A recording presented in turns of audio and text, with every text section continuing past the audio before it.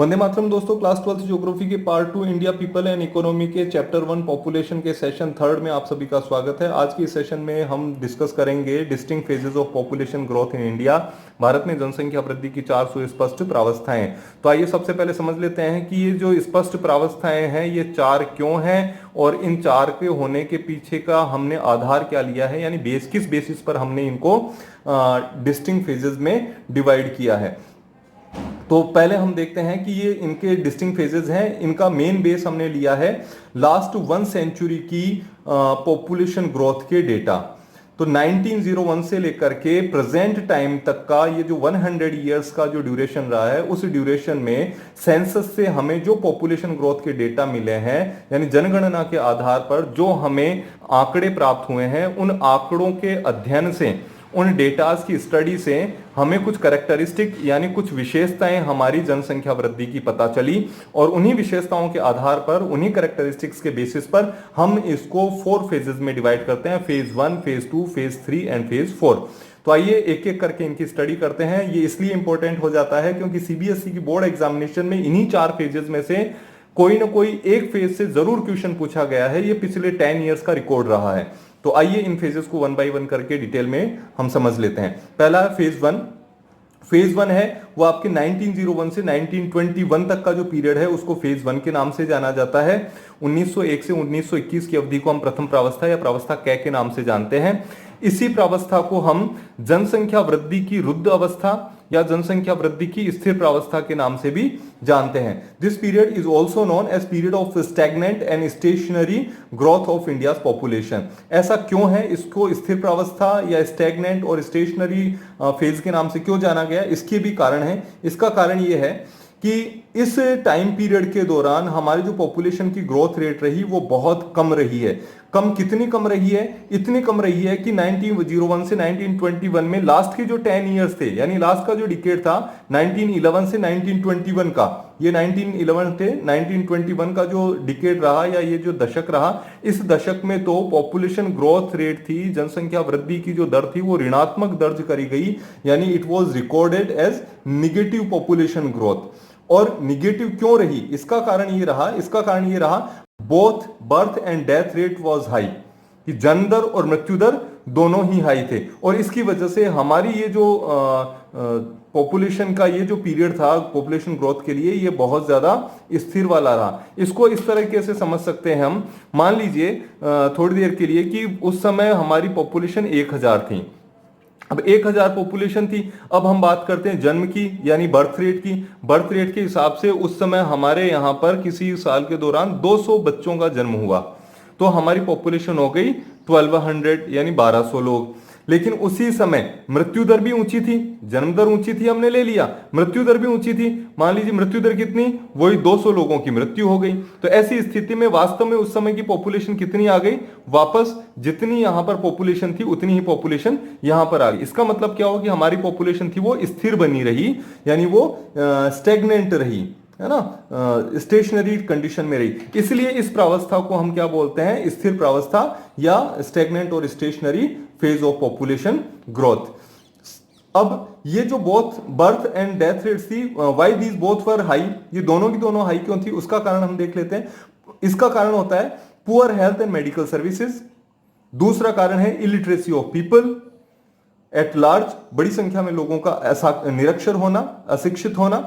साथ ही साथ inefficient distribution system of food. उस समय फूड का जो डिस्ट्रीब्यूशन सिस्टम था वो इनएफिशिएंट था। इसका मतलब क्या हुआ कि कुछ इलाकों में जहां पर फूड का प्रोडक्शन बहुत ज्यादा था, एग्रीकल्चरल प्रोडक्शन बहुत ज्यादा था, तो वहां पर एक्सेस में फूड अवेलेबल था। लेकिन दूसरी तरफ कुछ ऐसे इलाके थे जहां पर ड्रॉट की कंडीशन थी, अकाल की स्थितियां थी, तो वहां पर भोजन की कमी थी। लेकिन एक जो डिस्ट्रीब्यूशन सिस्टम है, यानी चीजों को एक जगह से दूसरी जगह पहुंचाने का जो तंत्र बना हुआ था, वो हमारा एफिशिएंट नहीं था, वो अच्छा नहीं था। इसलिए जहां पर ज्यादा फूड था वहां से कम फूड वाले इलाकों में फूड को पहुंचाया नहीं जा सका। इसकी वजह से बड़ी संख्या में लोगों की अकाल में मृत्यु हो जाया करती थी। इसके अलावा अदर बेसिक नेसेसिटीज, जो दूसरी आवश्यकता की जो जरूरतों की जो चीजें थी उनकी भी हमारे यहाँ पर कमी थी, और इन्हीं चीजों के चलते हुए हमारी डेथ रेट्स हाई थी।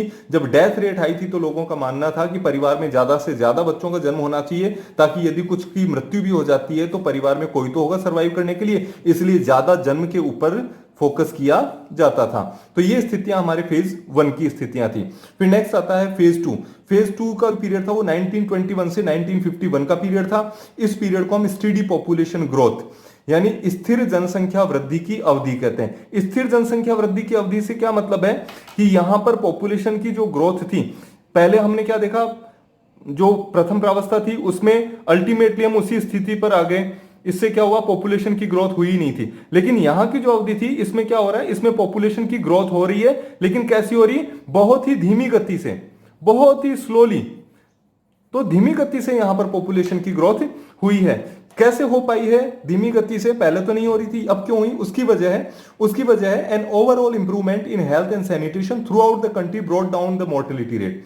पूरे देश में, हमारे पूरे देश में स्वास्थ्य की सेवाओं में सुधार हुआ, लोगों में स्वच्छता को लेकर के जागरूकता आई, और इन चीजों के चलते हुए हमारी जो मृत्यु दर थी वो थोड़ी सी कम हुई। जब मृत्यु दर थोड़ी सी कम हुई तो यहां वाला जो डिफरेंस था हमने देखा वो डिफरेंस कम हो गया। यदि मान लीजिए यहां पर हमारे 200 लोगों के बजाय यहां पर हमारे ये आपके 150 लोगों की ही मृत्यु होती है, तो अब यहां देखिए आपके 1150 लोग यहां पर हो जाएंगे। तो पहले की तुलना में कुछ आबादी बढ़ गई है, बड़ी कम है लेकिन बढ़ी जरूर है। तो इसी तरह से हम देखते हैं कि यहां पर जो वृद्धि हुई है वो धीमी गति से हुई है, इसलिए इसको स्थिर जनसंख्या वृद्धि की अवधि के नाम से जाना गया। कारण हमने देख लिया कि स्वास्थ्य और स्वच्छता में व्यापक सुधार हुए पूरे देश में, और उनकी वजह से जो डेथ रेट थी, मृत्यु दर थी, वो नीचे आ गई। साथ ही साथ मोर्टेलिटी के जो कम होने की दूसरा जो कारण रहा वो क्या रहा, वो था better transport and communication system.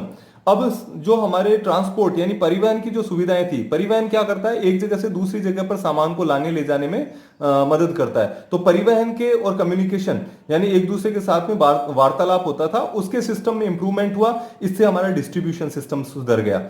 पहले फूड नहीं जा पा रहा था जरूरत की जगह पर, अब कम्युनिकेशन हुआ कि आपके पास ज्यादा, हमारे पास में कम है तो भेज दीजिए। परिवहन अच्छा था, ट्रांसपोर्ट अच्छा था, तो हमने ट्रांसपोर्ट को यूज में लिया, भेज दिया। तो एक्सेस वाले एरियाज से ड्रॉट वाले एरियाज तक फूड को सप्लाई करना अब संभव हो गया था। हालांकि पहुंचता कम मात्रा में ही था, लेकिन पहुंच पा रहा था। तो जो लोगों की भूख से मृत्यु हो जाती थी उस पर भी अब कमी आना शुरू हो गई, इसलिए हमारा जो ग्रोथ थी वो अब धीमी गति से होना शुरू हो गई।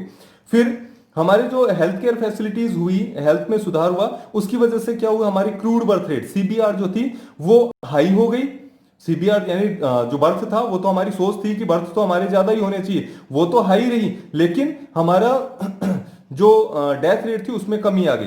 और इस वजह से इनका जो डिफरेंस था, वो जब डिफरेंस बढ़ा तो उसके चलते हुए हमारी जो पॉपुलेशन की ग्रोथ रेट थी वो भी बढ़ गई। किसकी तुलना में, प्रीवियस फेज की, यानी फेज वन की तुलना में फेज टू में हमारी पॉपुलेशन की ग्रोथ बढ़ी। तो ये दो फेजेस हम यहां पर देखते हैं। इन दो फेजेस से आपके बहुत बार क्वेश्चन पूछे गए हैं जो यहां पर है, एक बार मैं रीड कर देता हूं क्वेश्चंस को। Explain the characteristics of growth of the population in India in phase one and phase two. Explain any 5 causes for the stagnant growth of India's population from 1901 to 1921. Why has population of India been increasing steadily in the period of 1921 to 51? Explain any 3 reasons. इसी के साथ में एक और question पूछा गया था 1921 की कंडीशन देकर के, और उसके साथ में 1951 से 81 का पीरियड भी दे दिया गया, और पूछा गया था कि इस पीरियड को पॉपुलेशन एक्सप्लोजन का पीरियड क्यों कहते हैं। तो ये हम आपके फेज 3 में डिस्कस करेंगे। तो हिंदी में इनको पढ़ देता हूं। भारत में जनसंख्या वृद्धि की प्रावस्था क और प्रावस्था ख की विशेषताओं को समझाइए। 1901 से 1921 में भारत की जनसंख्या की वृद्धि या स्थिर वृद्धि के किन्हीं 5 कारणों को समझाइए। इनके आंसर्स आपके यहां पर ही है, इन्हीं पॉइंट्स को हम सीधे तौर पर लिख देते हैं तो इनके आंसर्स बन जाते हैं। भारत की जनसंख्या 1921 से 1951 की अवधि में लगातार क्यों बढ़ी, कोई भी 3 कारण बताइए। तो 3 कारण हम ये बता सकते हैं कि देश भर में स्वास्थ्य और स्वच्छता में व्यापक सुधार, बेहतर परिवहन और संचार तंत्र और वितरण प्रणाली में सुधार, अशोधित जन्म दर ऊंची बनी रही जिससे पिछली प्रावस्था की तुलना में वृद्धि दर उच्चतर हुई। तो ये 3 यदि हम लिख देते हैं तो इसका आंसर हमारे यहाँ हो जाता है। लेकिन जनसंख्या विस्फोट की अवधि 1951 से 1981 के दौरान क्यों रही, इसके लिए हम आपके थर्ड फेज में चलते हैं। तो आइए थर्ड फेज भी डिस्कस कर लें। थर्ड फेज जो रहा वो आपके 1951 से 1981 के दौरान रहा, यानी 1951 से 1981 की अवधि को तृतीय अवस्था या अवस्था गै के नाम से भी जानते हैं। इसको हम भारत में जनसंख्या विस्फोट की अवधि यानी पॉपुलेशन एक्सप्लोजन का पीरियड के नाम से जाना जाता है। ऐसा क्यों है, इसके पीछे के कारण है। यहां से दो क्वेश्चन बनते हैं, एक्सप्लोजन की अवधि क्यों कहा गया है, तो इसको पहले इसका हम आंसर देख लेते हैं। ये इसलिए कहा गया है क्योंकि इस पीरियड के दौरान रैपिड फॉल हुआ, यानी बहुत तेजी के साथ में कमी आई। किसमें? मोर्टेलिटी रेट में। मोर्टेलिटी रेट जो पहले ज्यादा हुआ करती थी, हाई हुआ करती थी, अब अचानक से बहुत ज्यादा कम हो गई। और वजह क्या थी? वजह थी हमारे हेल्थ केयर फैसिलिटीज में सुधार होना। यहां पर देखिए हम सेकंड फेज में, यहां फेज थर्ड है, ये आपके इंडिपेंडेंस का बाद का 1951 से 1981 का, हमारा देश आजाद हो चुका है। और आजाद देश में क्या होता है? आजाद देश में वहां की गवर्नमेंट होती है, वो अपने देशवासियों के बेटरमेंट के लिए काम करती है। तो यहां बेटरमेंट के लिए काम हुआ, तो मोर्टेलिटी रेट जो थी वो बहुत तेजी के साथ में कम हो गई। लेकिन फर्टिलिटी रेट थी, जो जन्म लेने वाले बच्चों की जो कंडीशन थी, वो अभी भी बहुत ज्यादा बनी रही। और इसका रिजल्ट क्या रहा? हमारी पॉपुलेशन जो थी वो तेजी के साथ में बढ़ी। कितनी बढ़ी, किस रेट के साथ में बढ़ी? तो देखिए एवरेज जो एनुअल ग्रोथ रेट थी, यानी औसत वार्षिक वृद्धि दर थी, वो 2.2% तक पहुंच गई थी। ये बहुत ज्यादा होती है, यदि एक बड़ी पॉपुलेशन होती है तो उसके लिए ये वार्षिक वृद्धि दर बहुत ज्यादा होती है। ये क्यों हुआ, इतनी ज्यादा क्यों बढ़ी? उसका कारण क्या रहा? इंप्रूवमेंट इन लिविंग कंडीशंस, हमारी जो रहने की स्थितियां थी वो बेहतर बनी। क्यों बेहतर बनी? इसका कारण है कि हमारे यहाँ की जो गवर्नमेंट्स थी, जो भी अलग अलग गवर्नमेंट्स आई, उन्होंने प्लान्स बनाए। अब भाई देश आजाद हो चुका है तो अपने देशवासियों के लिए प्लान बनेंगे, उनको ध्यान में रख के प्लान बनेंगे। तो गवर्नमेंट ने कई सारे अलग अलग प्लान बनाए, हमारे देश का इकोनॉमिक डेवलपमेंट हुआ, यानी आर्थिक विकास हुआ स्वतंत्रता आजादी के बाद में। और इनका परिणाम क्या रहा? इनका परिणाम ये रहा कि हमारे देश में पॉपुलेशन थी वो तेजी के साथ में बढ़ी, क्योंकि मोर्टेलिटी रेट डाउन आ गई थी। इसके अलावा एक जो दूसरा महत्वपूर्ण कारण रहा कि पॉपुलेशन एक्सप्लोजन में जिसने अपना बड़ा योगदान दिया, वो था इंटरनेशनल माइग्रेशन। हमारे देश में अंतरराष्ट्रीय प्रवास की स्थितियां कैसी थी? हमारे देश में इन माइग्रेशन हुआ, यानी हमारे देश में प्रवासी लोग बाहर से आकर के हमारे यहां पर बसने शुरू हो गए। कौन कौन सी जगह से? बांग्लादेश से, तिब्बत से, नेपाल से, यहां तक कि पाकिस्तान से भी लोग आए और बड़ी ज्यादा संख्या में आए और आकर के भारत में बस गए। और उनके यहां पर आने से हमारी जो जनसंख्या थी उसमें बहुत तेजी के साथ में वृद्धि हुई। तो ये वजहें थी जिनकी वजह से 1951 से 1981 की जो पीरियड था उसको हम जनसंख्या विस्फोट की अवधि या पॉपुलेशन एक्सप्लोजन के पीरियड के नाम से जानते हैं। फिर नेक्स्ट आता है हमारे फोर्थ फेज। फोर्थ फेज आपके आता है 1981 से लेकर के अब तक का, यानी प्रेजेंट कंडीशन तक का। इसको अभी तक कोई नाम नहीं दिया गया है, अभी भी इसकी स्टडी चल रही है। तो जब हम फेज 5 का डिस्कशन फ्यूचर में करेंगे तो उस समय फिर इस फेज को भी कोई ना कोई नाम दे दिया जाएगा, वो नाम इसके कैरेक्टरिस्टिक्स के बेसिस पर दिया जाएगा। तो आइए इसके कैरेक्टरिस्टिक्स यानी इसकी विशेषताएं क्या है उनके बारे में चर्चा कर लेते हैं। The growth rate of countries population दो रिमेंड हाई। अभी भी क्या है, हमारे देश की पॉपुलेशन ग्रोथ रेट है वो हाई बनी हुई है, ऊंची बनी हुई है। जनसंख्या वृद्धि दर अभी भी ऊंची बनी हुई है, लेकिन कैसी बनी हुई है? अब ये धीमी गति से आगे बढ़ रही है, यानी ऊंची तो है लेकिन धीमी धीमी गति से आगे बढ़ रही है। A downward trend of crude birth rate is held responsible for such a population। अब क्या हुआ है? अब हमारे बर्थ रेट में भी कमी आना शुरू हो गई। यहां तक की स्थिति में हमने क्या देखा? मोर्टेलिटी रेट तो कम आ गई थी लेकिन बर्थ रेट कम नहीं आ रही थी। लेकिन अब फेज 4 में हम क्या कर रहे हैं? हमारी जो क्रूड बर्थ रेट है वो भी अब कम आ रही है। यही वजह है कि हमारी पॉपुलेशन बढ़ तो रही है लेकिन धीमी गति से बढ़ रही है। अब ऐसा क्या हो गया कि जो हमारी बर्थ रेट है वो भी कम आना शुरू हो गई? इसका कारण रहा है हमारे यहाँ की इंप्रूव्ड क्वालिटी ऑफ लाइफ। हमारे यहाँ की जो जीवन जीने के जो स्तर था उसकी गुणवत्ता में सुधार हुआ है।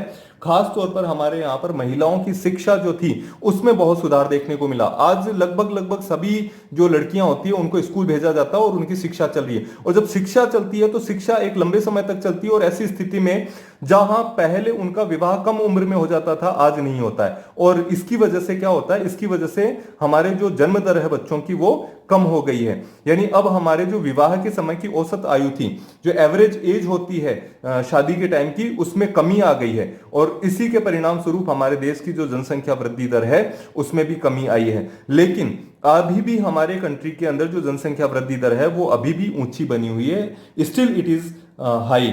और वर्ल्ड डेवलपमेंट रिपोर्ट है, उसने प्रोजेक्ट किया, उसने एक अनुमान लगाया है कि 2025 तक आते आते हमारे देश की जो आबादी है वो 1350 मिलियन यानी 135 करोड़ के आंकड़े को टच कर लेगी। ये हमारे 4 फेजेस थे। उम्मीद करता हूं आप सभी लोगों के समझ में आया होगा। और कंटिन्यू अपडेट्स के लिए आप लोग चैनल को सब्सक्राइब करिए और आगे स्टडी करिए। जय हिंद, वंदे मातरम।